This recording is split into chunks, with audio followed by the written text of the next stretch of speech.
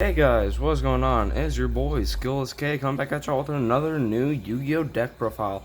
Today guys, I'll be showcasing to you my Charmer deck profile. Let's hop into it. So, starting off straight out of the main gate with the main deck, we have Double Osa, 1 Win, and 1 Hita.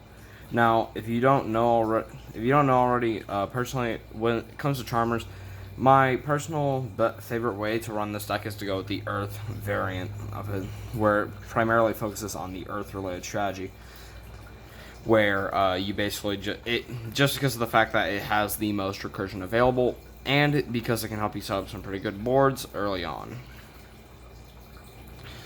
Now, on top of our familiars, we of course run triple Fairy Tale Luna to help us search out the familiars.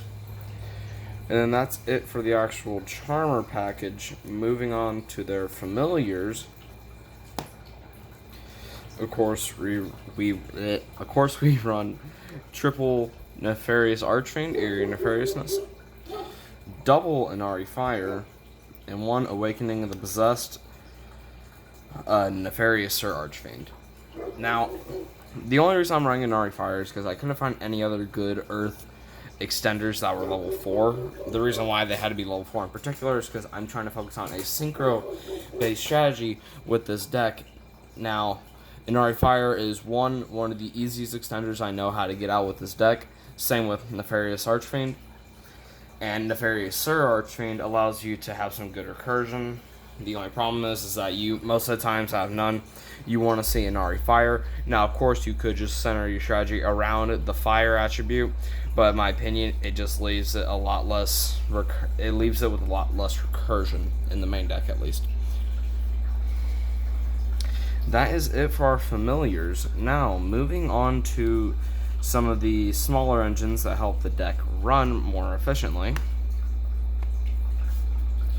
We, of course, are running, or in my opinion, I think this should be standard for, for Charmer decks in general, but triple Supe Duskwalker and the 1 Supe to match. Now, you might be wondering, K, why are you deciding to run a engine that initially adds a brick into your main deck that can hinder your plays significantly? Now, the only response I have to this is that Supe helps you get out Ultimate Tzolk'in. Ultimate Tzolk'in allows you to go into Crystal Wing Synchro Dragon, Void Ogre, Scarlight Red Dragon Archfiend, or Moonlight Rose Dragon. And considering Supe is also a spellcaster, you can also use the familiars to help back her up in order to make said combo. I was thinking about lowering the count on Supes and extending, or not lowering the count on Supes, but lowering the count on the Duskwalker. Sorry, just let me adjust my camera. But honestly, I just like the amount that this helps me with. It helps you get it consistently. You're able to summon Supe Strike from deck, which can screw a lot of decks up if they are unable to negate it with an Ash Blossom or something along those lines. But even then, it lets you have a free body to go into Nefarious Sir Archfiend with. In which, in my opinion, if I'm unable to get the main combo out, at least I'm still able to go into the secondary one that can help me set up better boards. But anyway, all Supe really does is act as a tuner. You don't even use its effect to summon Oracle of the Sun. All you use it for is to make Axel Synchron, which goes into the Tzolk'in.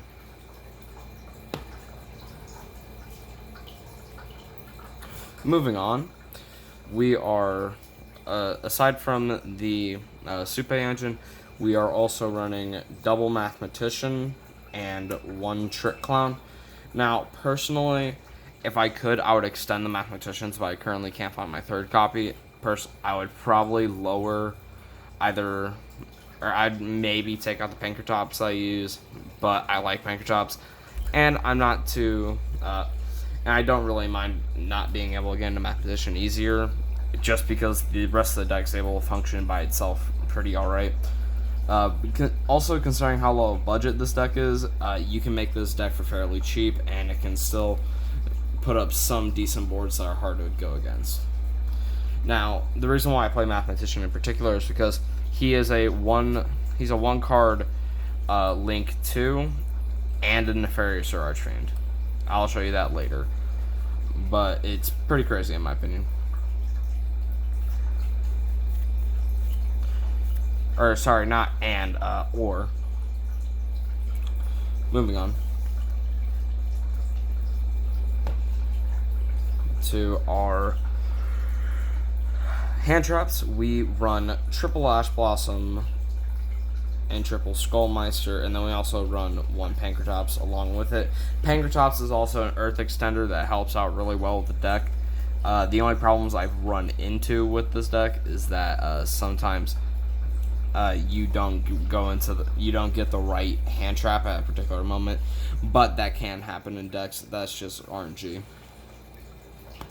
or I guess luck. But anyway, that's actually it for the main deck. Moving on to the spell and traps. Of course, to pair with our Spirit Charmers and their spell and traps, we of course run triple Spirit Charmer. Spirit Charmer allows you to discard a card and then take 2 cards from your deck. They have to be named Charmer, Familiar, or Possessed. And you add 1 to hand, and then you set the other one. So, for example, you could add Awakening of the Possessed, and then set Unpossessed. But speaking of which, with the Spirit Charmers, we are also running double Awakening of the Possessed.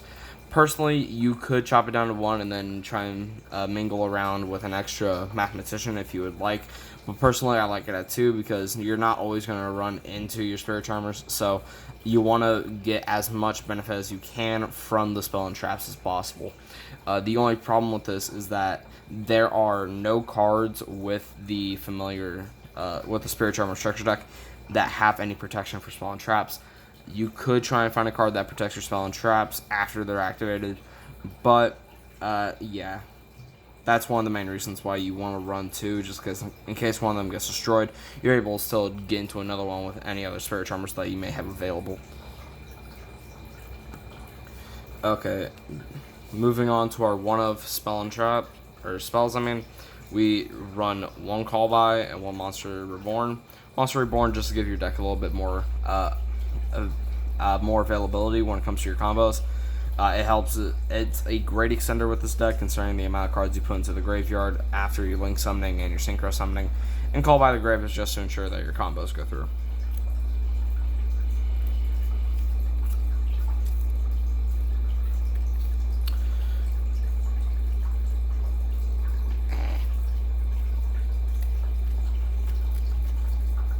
There we go. Moving on to our traps, we are using 3 Solemn Strike. Solemn Strike really helps, especially if you're going first and you can't really set up a great board, just because it helps slow your opponent down in any way, shape, or form. And it can really help and save your ass in some instances. And then you're also running double Possessed Partnerships and 1 Unpossessed. Now, unlike with Awakening the Possessed, Unpossessed, you only really need a run one. You only need a run 1 just because of the fact that it's slower than Awakening of the Possessed. So, your best case scenario, you get Awakening the Possessed, or no, you get Spirit Charmers to hand, Trick Climb to discard, and then a Earth Extender. You send Trick Climb to grave, get Unpossessed and Familiar and Awakening of the Possessed. You use Trick Climb's effect, summon them from graveyard, special summon the Familiar, use it to make a Link monster. You get a free draw off Awakening, which hopefully is a hand trap or some other combo piece that can help you. And then in the next turn you get to activate Possessed, which will then make it to where your Familiars can't be destroyed by attacks or card effects, which is actually really handy when it comes to protection. The only problem is that the spell and traps don't have their own protection. Moving on to the extra deck, I will say this: there are a few flex spots in here that you could take out and switch if you want. So, running up first, we're going to start with the Link monsters I'm using right now. We are running 1 Osa the Immovable, 1 Heated the Ablaze, and 1 Win the Verdant.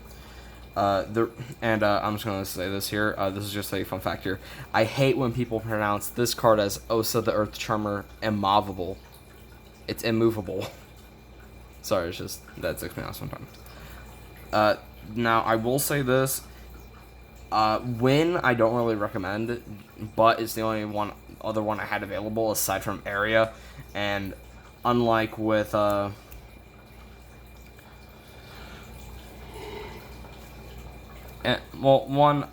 don't run Area just because I don't want to. There's not many good water hand traps that I can think of, nor Wind. Personally, I would switch out Wind with a line of the Light Charmer that just recently came out, and then you would basically have 1 for each of the 3 major hand traps. You would have Ghost Ogre, Ash Blossom, and then if you replace Wind with Lina, you have Effect Veiler or Gamma. So that's it for your Charmer links. Moving on to your other ones, you of course you run 1 Nightmare Unicorn, 1 Nightmare Phoenix, Triple Burst Dragon, and IP Masquerena. Triple Burst Dragon is mainly just in here to have some form of negation, and then Nightmare, Spell and Trap removal, and also just general removal. IP Masquerena is just so you can make Triple Burst during your opponent's turn, which can actually be very devastating if done correctly.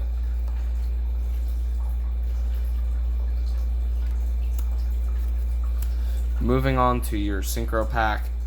Of course, I don't have Void Ogre, so I'm using Scarlight in the meantime.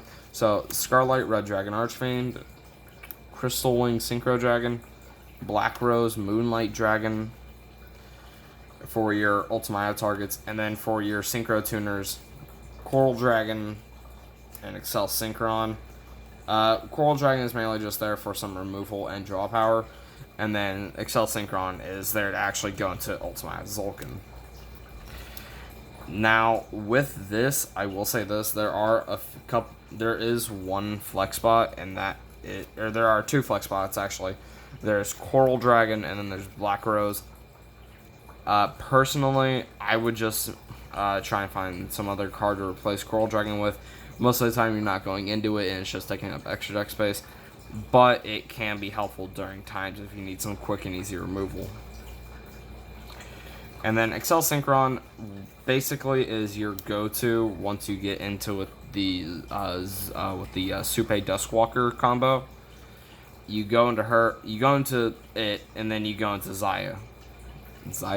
Ultimate Zulkin.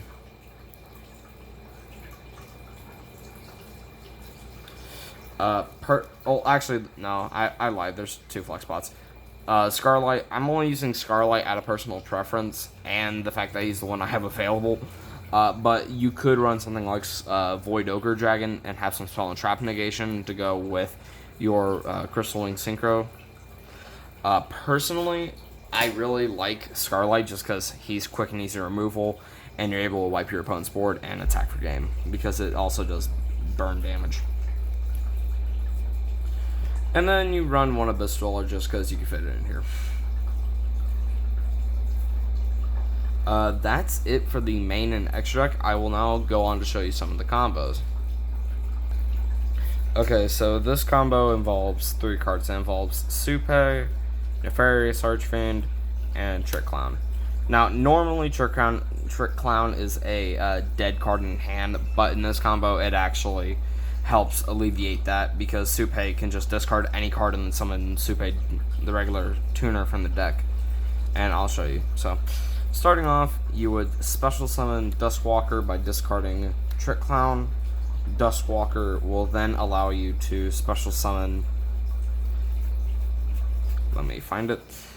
Allow you to summon Supe. And then you would special summon Nefarious or Archfiend. And then you would special summon Trick Clown by paying 1,000 life points. So now this gives you a couple options on what to do. So you would still have to synchro summon because of Duskwalker. So what you would do is that you would take Supe, and the Nefarious or Archfiend, and make Excel-Synchron.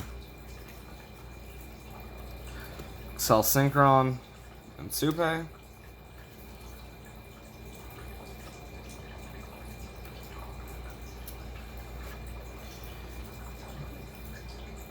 Into Zolkin.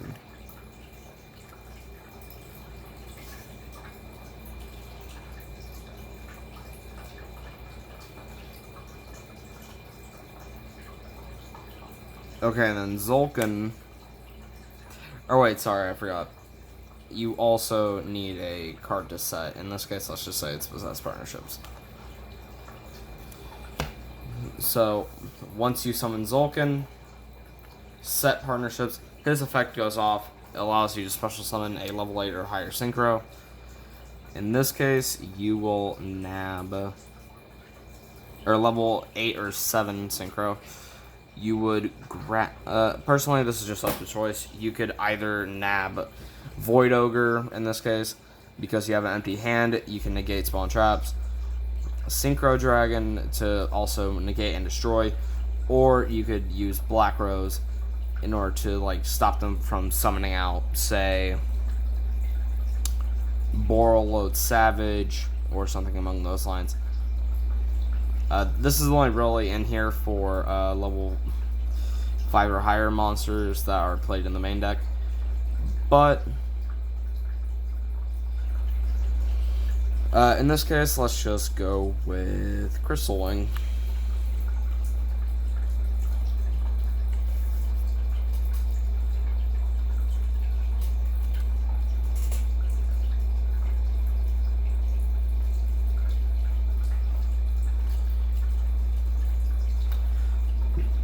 And then you can use Zolkin and Trick Clown.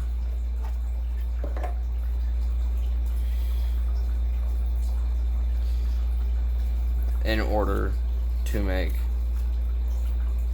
Lina. I'm just using one in this case because I don't have Lina on me.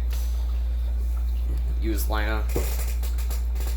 And then if she goes to grave, you could, if she goes to grave on your next turn, you can activate Possessed Partnerships. Possessed Partnerships will then summon back your Lina, and since you control 2 different attributes, both one of your opponent's monsters gets destroyed, and you're able to summon a Gamma or Effect Veiler that they used the turn before in their graveyard.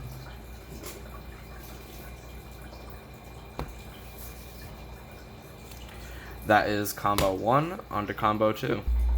Alright, for combo 2, you have Awakening the Possessed, Mathematician, and Nefarious Archfiend. So what you're going to do is that you're going to activate your Awakening of the Possessed, then you will summon Mathematician from hand, sending Trick Clown to grave, activate Trick Clown's effect, special summon itself, then you special summon the Familiar because you control a spellcaster, then you will use the Nefarious or Archfiend and the Trick Clown.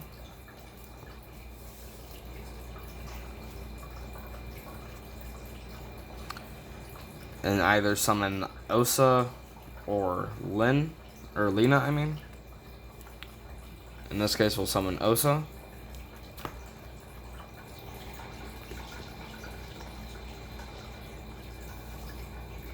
There we go. Okay. And then since Osa was summoned, Awakening the Possessed activates, allowing you to draw a card, Solemn Strike, set that bad boy. And then you will then use Mathematician and then Osa to make Triple Burst Dragon for a free spell, trap, or monster negate.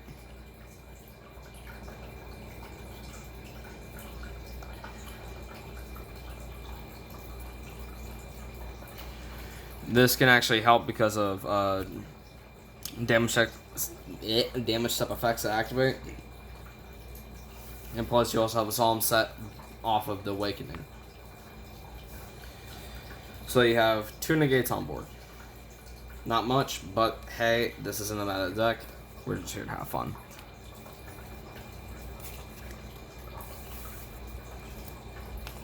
that is it for combo 2.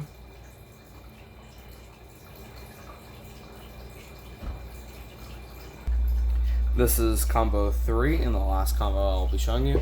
Required cards are Trick Clown, Spirit Charmers, and Archfiend Eater Nefariousness. So first off, you're going to start your turn by activating Spirit Charmers. Spirit Charmers, for cost, you'll discard Trick Clown.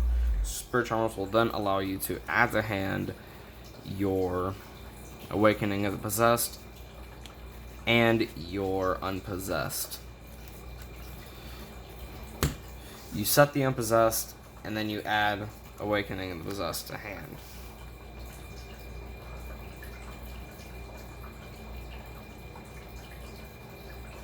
And then you will special summon Performage Trick Clown and Archfiend Nefarious. Then this will allow you to make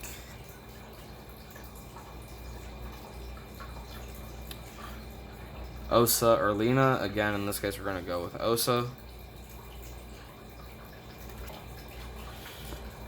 Osa will then allow us to draw a card thanks to Awakening. You got a free Ash Blossom. And then keep in mind we have Unpossessed, Ash Blossom, and Awakening the Possessed. All of these allow you to... Well, Awakening the Possessed protects her from card effects, Unpossessed protects her from battle, and then Ash Blossom is a free negate. That's all I'm going to do for this video, guys. If you enjoy this content, please subscribe. If you enjoyed these type of deck profiles, be sure to comment it down below. And if you're new to the channel, please subscribe, hit the like button, and hit the notification bell when you get, so that way you can get notified from my channel. And this is Skilless-K, signing out.